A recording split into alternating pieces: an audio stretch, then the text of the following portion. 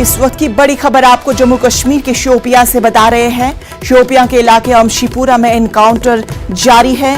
2 militant हलाक होने की इत्तला मौसूल हुई है।